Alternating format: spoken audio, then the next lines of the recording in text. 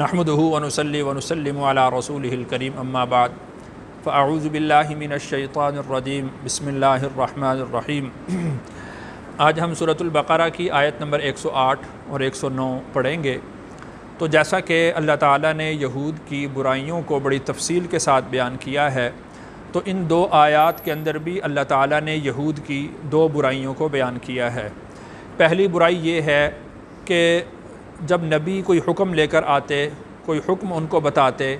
تو وہ اس میں بحث و مباحثہ بہت زیادہ کرتے، قیل و قال بہت زیادہ کرتے کہ ایسے کیا ہوگا، پھر کیا ہوگا، ایسے کیا ہوگا۔ اس کی مثال ہم گائے کے ذبح کرنے کے واقعہ میں دیکھ چکے ہیں کہ انہوں نے کس طرح سے سوالات پر سوالات کیے۔ اسی وجہ سے رسول اللہ صلی اللہ علیہ وسلم نے قیل و قال سے منع کیا ہے، سوال پر سوال اٹھانا اس سے منع کیا ہے۔ بلکہ ایک حدیث میں آتا ہے کہ رسول اللہ صلی اللہ علیہ وسلم نے ارشاد فرمایا کہ تم سے جو پہلی امتیں ہیں وہ کثرت سوال کی وجہ سے ہلاک ہو گئی، تو لہٰذا کثرت سوال کرنا یہ یہودیوں کی ایک برائی تھی، ایک جس کو اللہ تعالیٰ نے یہاں پر بیان کیا ہے۔ اور آیت نمبر 109 کے اندر اللہ تعالیٰ نے ان کی اس برائی کو بیان کیا کہ حق کے واضح ہو جانے کے بعد بھی حق کو قبول نہ کرنا، اور حق کو قبول نہ کرنے کی وجہ وہ محض حسد ہے، عناد ہے، دشمنی ہے، اس کے علاوہ اس کی کوئی اور وجہ نہیں ہے۔ ترجمہ دیکھتے ہیں۔ ام تریدون، ام کا مطلب کیا؟ تریدون تم چاہتے ہو،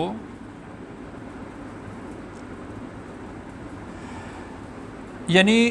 یہاں پر یہ جو تریدون ہے تم چاہتے ہو، اس سے اہل اسلام مراد ہیں، مسلمان مراد ہیں کہ اے مسلمانوں کیا تم بھی یہ چاہتے ہو؟ چونکہ اس سے پچھلی آیت میں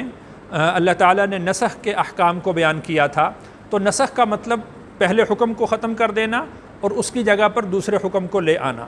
اب اس کے متعلق بھی اگر سوال کرنا شروع کر دیں کہ وہ پہلے حکم باقی رہے گا نہیں رہے گا، اس پر عمل کریں گے نہیں کریں گے، جن لوگوں نے اس پر عمل کیا ہے ان کا کیا بنے گا، جو وہ عمل کرتے ہوئے فوت ہو گئے ان کا کیا بنے گا، یعنی سوال پر سوال تو بہت زیادہ بن سکتے ہیں۔ تو اللہ تعالیٰ نے اس بات سے منع کیا اور فرمایا کہ ام تریدون، کیا اے مسلمانوں، یعنی جو خطاب ہے وہ مسلمانوں کو ہے کہ کیا تم چاہتے ہو ان کہ تسألو تم سوال کرو رسولکم اپنے رسول سے، کما جیسا کہ سئیلا سوال کیا گیا موسیٰ سے، من قبل اس سے پہلے، یعنی سورۃ البقرہ وہ گائے کے واقعہ میں، بقرہ کے ذبح کرنے کے واقعہ میں جس طرح انہوں نے سوال کیے تھے، تو کیا تم بھی یہ چاہتے ہو کہ اپنے رسول سے اسی طرح سوال پر سوال کرتے رہو؟ یعنی اللہ تعالیٰ نے یہ جو سوالیہ انداز میں پوچھا ہے تو گویا کہ اس سے منع کیا گیا ہے کہ تمہیں ایسا نہیں کرنا چاہیے۔ آگے اس کا اشارہ بھی ملتا ہے، واو کا مطلب اور، من کا مطلب جو، یتبدل الکفر بدلے گا کفر سے، بالایمانی ایمان کے عوض، یعنی ایمان کو بیچ کر وہ کفر سے اگر کوئی تبدیل کر لیتا ہے، یعنی یوں سمجھ لیجئے کہ ایسے سوال کرنا، یہ اس کا مطلب یہ ہوا کہ آدمی کے دل میں اپنے رسول کی تعلیمات کے متعلق شک و شبہات ہیں۔ اگر کسی کے دل میں رسول اللہ صلی اللہ علیہ وسلم کی تعلیمات سے متعلق شک و شبہ پیدا ہو جاتا ہے تو وہ شخص مومن ہی نہیں رہتا۔ تو وَمَن يَتَبَدَّلِ الْكُفْرَ بِالْإِيمَانِ، کہ جس نے ایمان کے عوض کفر بدل لیا، یعنی کفر کو لے لیا اور ایمان کو دے دیا، یعنی اس کے دل میں اگر شک و شبہ پیدا ہو گیا، فقد ضل، پس تحقیق، فا کا مطلب پس، قد اس کا مطلب میں پہلے عرض کر چکا ہوں کہ یہ تحقیق یعنی کسی بات کو پختہ کرنے کے لیے آتا ہے۔ قد ضل پس تحقیق،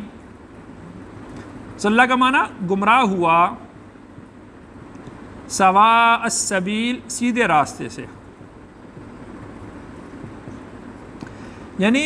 وہ راستہ جو پیغمبر کا راستہ ہے، وہ راستہ جو نبی کا راستہ ہے، وہ اس راستے سے گمراہ ہو گیا، وہ اس راستے سے ہٹ گیا، یعنی اس کا راستہ اور نبی کا راستہ الگ ہو گیا، اور نبی کا راستہ ہی ہدایت والا راستہ ہے۔ جب وہ نبی کے راستے سے ہٹ جائے گا تو وہ ہدایت پر قائم ہی نہیں رہے گا۔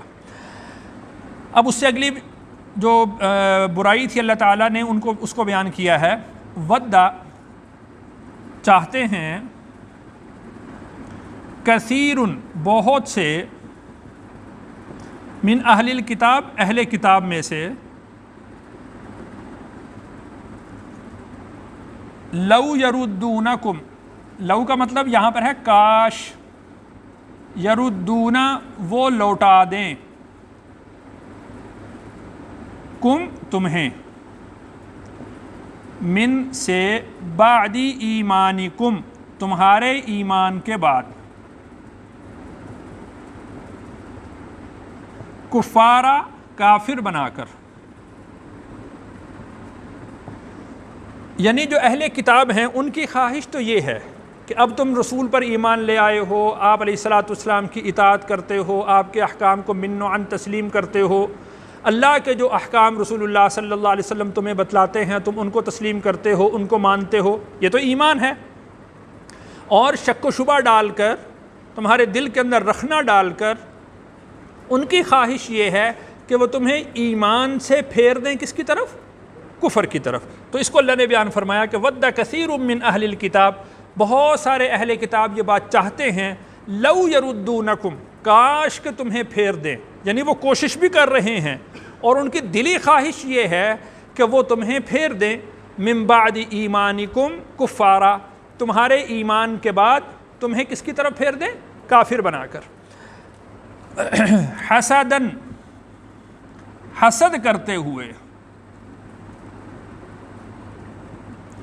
من سے، عند انفسہم اپنے نفسوں سے، یعنی وہ حسد کرتے ہوئے کہ ان کے دلوں کے اندر حسد ہے۔ یہاں پر ایک بات یہ سمجھ لیں، ایک ہوتا ہے حسد اور ایک ہوتا ہے رشک۔ حسد کا معنی یہ ہوتا ہے کہ اگر کوئی آدمی کسی دوسرے کے پاس کسی نعمت کو دیکھے تو وہ دل ہی دل میں کڑنے لگ جائے کہ اس کے پاس یہ نعمت کیوں کر ہے، مجھے ملے یا نہ ملے یہ نعمت اس سے زائل ہو جانی چاہیے، یہ نعمت اس سے نکل جانی چاہیے، اس کو کہا جاتا ہے حسد۔ رشک یہ ہوتا ہے کہ آدمی کسی دوسرے کے پاس نعمت کو دیکھتا ہے تو اس کے دل میں بھی یہ بات آتی ہے کہ اے اللہ تو نے اس کو نعمت دی ہے، یہ نعمت مجھے بھی عطا فرما، یعنی اس سے نعمت کے چھن جانے کی دعا نہیں کرتا، اس کے پاس نعمت ہے تو اس نعمت سے متعلق اس کے دل کے اندر بغض پیدا نہیں ہوتا، اس کی دشمنی اس کے دل میں پیدا نہیں ہوتی۔ تو اس وجہ سے جو حسد ہے یہ گناہ ہے، رشک گناہ نہیں ہے، یعنی اس میں تو وہ اپنے لیے دعا کرتا ہے، دوسرے کے لیے بھی دعا کرتا ہے کہ اس کے پاس ہے اللہ تو نے اس کو نعمت دی، وہ بھی تیرا بندہ، میں بھی تیرا بندہ، تو مجھے بھی نعمت عطا فرما، یہ رشک کرنا ہے۔ حسد کیا ہوتا ہے کہ دوسرے کے پاس نعمت کو دیکھ کر آدمی جل جائے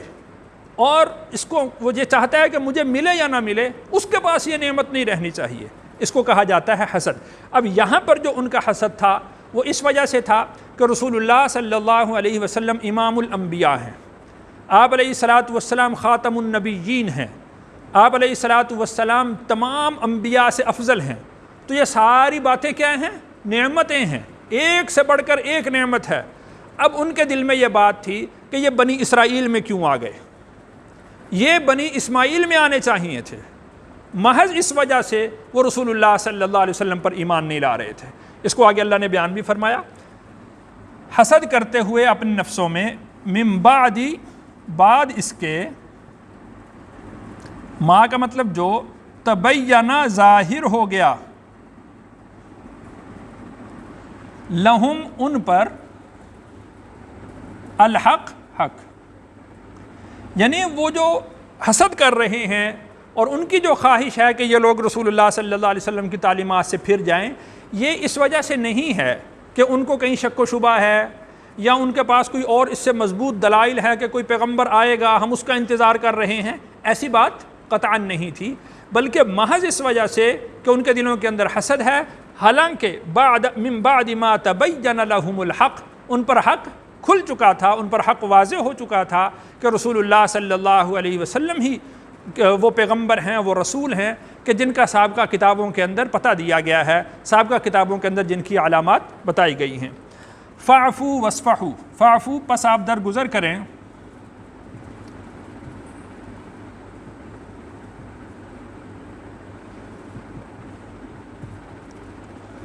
واو کا مطلب اور، اسفحو توجہ نہ دیں، اعراض کریں، آپ ان سے منہ موڑ لیں، ان کی بات کی طرف کان نہ دھریں، حتیٰ یہاں تک کہ یأتی اللہ بامری، اللہ اپنا حکم بھیج دیں۔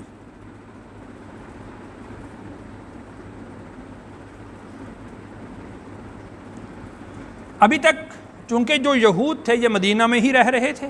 اور مدینہ کے اندر یہود بیٹھے ہوئے وہ اہل ایمان کے دلوں کے اندر اس طرح کے شکوک و شبہات ڈالنے کی پوری کوشش کرتے رہتے تھے، تو اللہ تعالیٰ نے حکم یہ دیا کہ فاعفو واسفحو، آپ ان سے درگزر والا معاملہ کریں اور ان کی طرف کان نہ دھریں، ان کی بات پر توجہ نہ دیں، یہاں تک کہ اللہ کی طرف سے کوئی حکم آ جاتا ہے۔ اور وہ حکم کیا ہوا؟ اللہ کی طرف سے یہ حکم یہ آیا کہ جتنے یہود ہیں ان تمام کو مدینہ منورہ سے نکال دیا جائے۔